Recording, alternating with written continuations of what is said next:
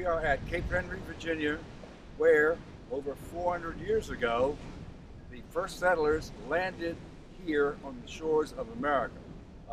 Nobody here at the time, Native Americans lived here. The first settlers landed in their small boats, came over from England, took a look around. This area was nothing but sand dunes. There was nothing else here. The first settlers came ashore, engaged the Native Americans, fired a few rounds at them, got back in their boats, and went on up to Jamestown, and where we all began from Jamestown. Before Jamestown, it really began here, this lovely spot at Cape Henry. They left a small cross here at Cape Henry, a little wooden cross, which after that just sort of went away. Then an association in the 1930s said, we need to commemorate this site of the landing. And a concrete cross was erected here. So now we have a final monument to the April 1607 landing right here at Cape Henry. This cross is used Easter sunrise services by the city of Virginia Beach and the military here at Cape Henry, and it's a sort of a focal point. It's a wonderful spot right here at Cape Henry. When the first settlers left, nothing happened here for a long, long time. Until the early lighthouses came here. Later on, the weather station where we're standing came here. The Coast Guard brought in some life-saving stations. Then, in 1917, the United States entered World War I. It was determined that there was going to be possibly an invasion by the Germans, so the Army built a base here and named it Fort Story, and that was in World War I. Later on, World War II, again another threat of invasion.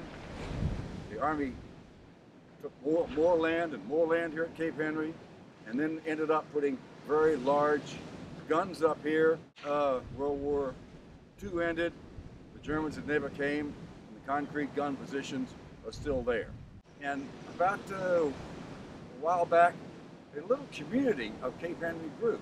There was no city of Virginia Beach, no town of Virginia Beach, nothing but farmland. This is where it all began. Our little town, our little city began right here where we're standing at Cape Henry, Virginia. What's behind me here is a 220-year-old lighthouse. One of the first lighthouses built in the United States of America. Provided a beacon for shipping coming in the Chesapeake Bay from the Atlantic Ocean. And it was a wonderful piece of work, and it stayed here active for many, many years until it was finally replaced by a newer lighthouse, which is off to my right 100 years ago.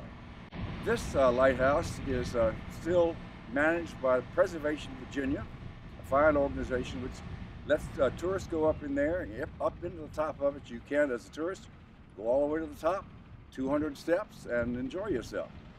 Well, lighthouses in the United States were put on points of land for all of the major harbors in the United States. You go to all the major harbors, you'll find either a lighthouse still there, or sometimes they're gone, but they were provided. Only way that there's no radar, no electronics, a ship coming all the way from England, putting on their map, getting to Cape Henry, look up and see the lighthouse. The lighthouse would have a blinking signal that would say what it is, where it is, and that the shipping could enter the harbor and go out of the harbor. Very, very important early aids to navigation, as they call it today. This facility here is the icon of the City of Virginia Beach's logo. You look at our little City of Virginia Beach logo, and there's you see, right there. Behind me is the business end of one of the 16-inch guns of Battery Ketchum. Battery Ketchum was emplaced here during World War II. Actually, this gun battery was started before Pearl Harbor to defend the entrance to the Chesapeake Bay. The 16-inch guns were the main armament here at the entrance to Chesapeake Bay to keep the enemy away. The gun would stick out this end. This was the main end of it. The whole business was made of concrete. It took them 2.5 years to build this thing from 1941. They finished it in 1943, brought in the Army National Guard soldiers to man it. But after they got it done, the concrete all dried. It took, like I say, 2.5 years to build, and the war was virtually over. The armament in here would fire a shell, a 1-ton shell, a big sucker, 25 miles out to sea. Now, these guys couldn't see what they were shooting at, but they had a lot of towers up and down the entrance to the Chesapeake Bay here and in the city of Virginia Beach, and the guns and the towers would be able to direct the shells to the targets. They would be firing at main enemy German boats, which they figured would be coming to the shores. They never did, so the guns actually were never fired in combat. 1948, the war was over.